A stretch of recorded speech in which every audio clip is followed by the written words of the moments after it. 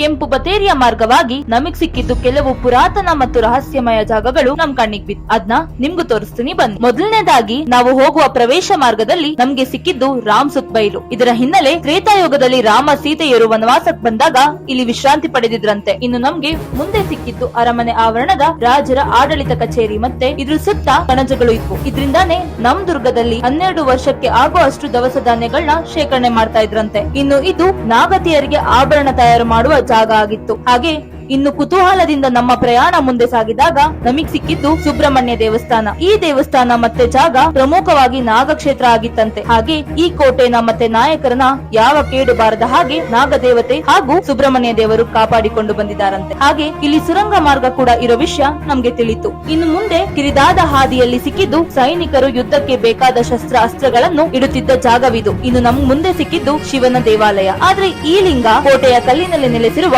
ಪುಟ್ಟ ಲಿಂಗವಾಗಿದೆ. ಇದನ್ನ ನೋಡಿದಾಗ ನಂಗನ್ಸಿದ್ದು ಶಕ್ತಿ ಆಗ್ಲಿ ವಿಗ್ರಹ ದೊಡ್ಡದಾಗಿರ್ಬೇಕಂತ ಏನಿಲ್ಲ, ನಮ್ಮ ಒಳಗಿನ ನಂಬಿಕೆ ದೊಡ್ಡದಾಗಿರ್ಬೇಕು ಅಂತ. ಈ ಮಾರ್ಗವಾಗಿ ನಾವು ಹತ್ತಬೇಕಾದ್ರೆ ನನ್ ತಲೆಯಲ್ಲಿ ಒಂದೇ ಯೋಚನೆ ಇದ್ದಿದ್ದು, ಇಂದಿಗೂ ನಮ್ಮ ಕೋಟೆ ನಿಶಬ್ದವಾಗಿ ಅನೇಕ ಕಥೆಗಳನ್ನ ಮುಚ್ಚಿಟ್ಟಿದೆ. ಪ್ರತಿ ಹೆಜ್ಜೆಯಲ್ಲೂ ರೋಮಾಂಚಕ ಹುಟ್ಟಿಸುವ ಇತಿಹಾಸವಿದೆ ಅಂತ ತಿಳ್ಕೊಂಡೆ ಅಂತ ಹೇಳ್ತಾ ಥ್ಯಾಂಕ್ ಯು ಫಾರ್ ವಾಚಿಂಗ್.